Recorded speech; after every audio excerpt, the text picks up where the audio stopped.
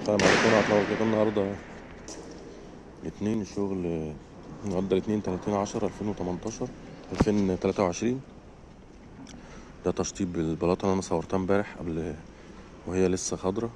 ده ما شاء الله اللمعة اهو بتاعت إزاز البلاطة ما شاء الله زي الرخام اهو. ده التشطيب،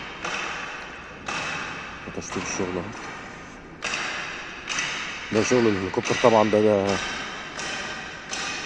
يعني ما شاء الله الشغل اهو. دي بتبقى شكل الخرسانة انا وريتها لكم وهي بتتصب خرسانة عادية خالص، وده بقى الشغل بعد التشطيب.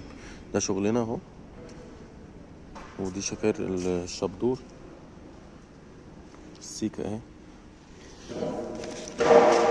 اشتريت سيكا فلور، ده هارد توب مقاول الارضيات.